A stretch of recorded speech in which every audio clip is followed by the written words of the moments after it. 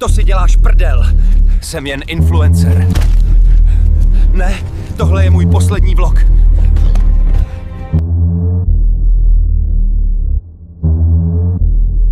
Co to je za zmrda? Co kameruješ, buzerant? Co ten parchant dělal v našem lese? Sakra. Ten blbec mi vyrazil zuby.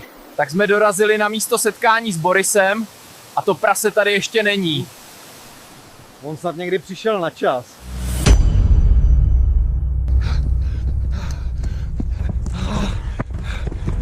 Kurva, běž!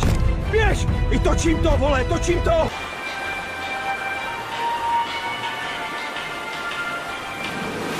Radši jsem si měl ten med koupit, teď mě tu bude opíchávat celý roj. Tak tohle je kurva peklo! Lidi, jestli tohle přežiju, tak si nakopu vlastní prdel.